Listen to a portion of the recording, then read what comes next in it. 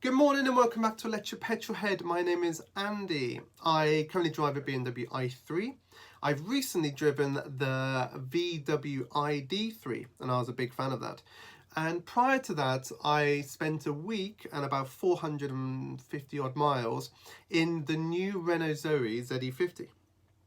I thought what I would do is do a little comparison between these two videos, and if you are interested in seeing my reviews of those videos, please hit the subscribe button, go to my channel, have a little look around, you'll quickly find them, but I'll put some playlist links and other links and stuff in the description. So thanks for watching, let's get on with it. So the first consideration is looks, and this is a very subjective thing and I prefer people to make up their own mind. I would say that they're both very traditional sort of small family cars. I actually quite like both of them.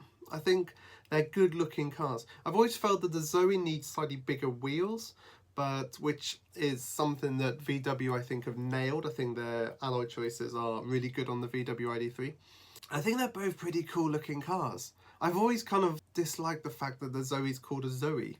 I know there's a reason behind it, but I just thought it was giving it a human name is a bit weird. That's, again, it's a personal preference thing.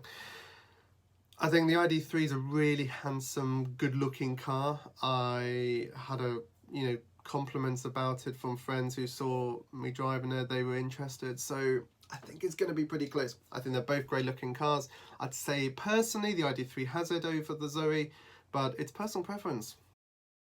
Next point is handling, and personally I think that the ID3 has it. It feels more planted on the road. The rear-wheel drive system really works nicely going around. I just really enjoy driving it. The Zoe was fine, but it didn't quite give me the sort of enjoyment that the ID3 did on a kind of a petrolhead driving enthusiast level. If you're just looking for a car just to drive and you don't care too much about dynamics, I don't think you're going to go wrong with either. So yeah, if you're a petrolhead or ex-petrolhead or just like driving cars, ID3. If you're not too fussed, then they're probably going to both be very good. Yeah, I don't think you'll have a problem with either. So next point is charging, and again, like so many cars on the market at the moment, they both use CCS charging.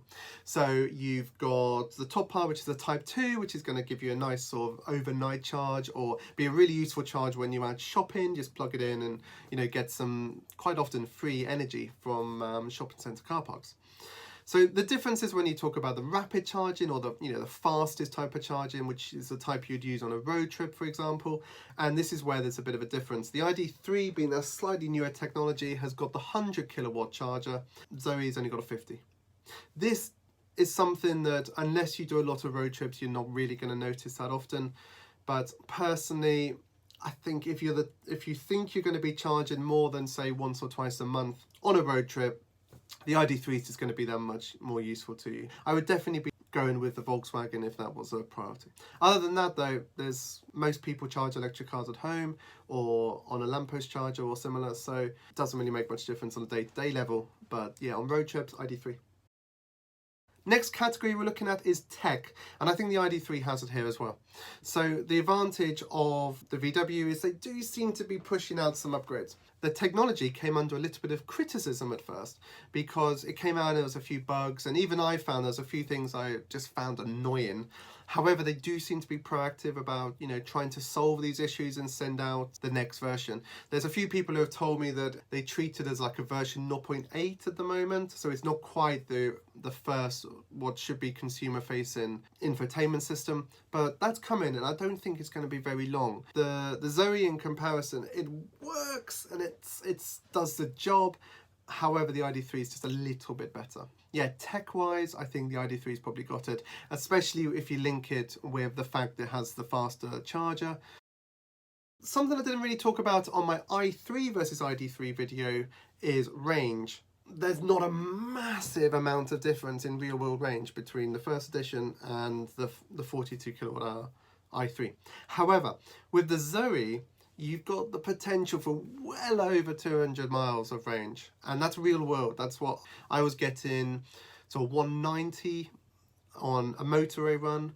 In similar on the ID3, I think I was probably 150, something like that. So The Zoe's definitely got more range here. But then the problem with the range is, although it has the more range, it doesn't have the faster charging. So it'd be really interesting to compare taking, say, one of each car from, say, London to Scotland. I think you might find that the ID.3 is quicker, because although you have to charge slightly more often, the faster charger makes a difference. So as long as you choose your chargers in the right way, you'll be all right. Yeah, close one there. So specialness, I think here the ID.3 has it ever so slightly. However, these are the type of things that are really hard to sort of read about and understand. So I would definitely be going to somewhere like the EVEC in Milton Keynes, rent these cars for a few days, and I think that would be a really good way of understanding what you find good about cars. You know, there's things like the lights on the ID.3 are really special. Being able to sort of see around corners so much better, I think, is a real positive, and that's something that personally I noticed and thought was fantastic. So yeah, things like that. Keep a lookout, but go and drive the cars. I think that's the big thing here. So the next question is support. Again, you're dealing with established car companies, so there's going to probably be a VW and a Renault dealer in your nearest town. It's quite likely.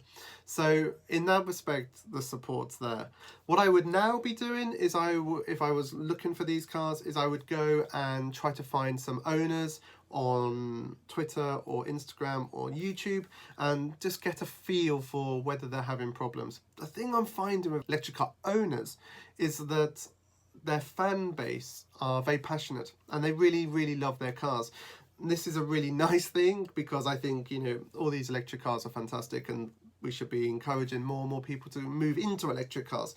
So the fact that there's not really a bad option at the moment is a good thing. Go and have a look around those.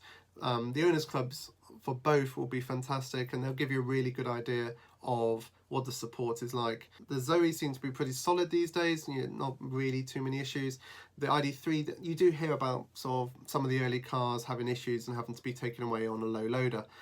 I do think that this is probably some of the early niggles, and especially once the software gets updated in the new year, I think you'll find that the ID.3 becomes a really solid car as well. So, bit of a cop-out answer, but that's what I've seen.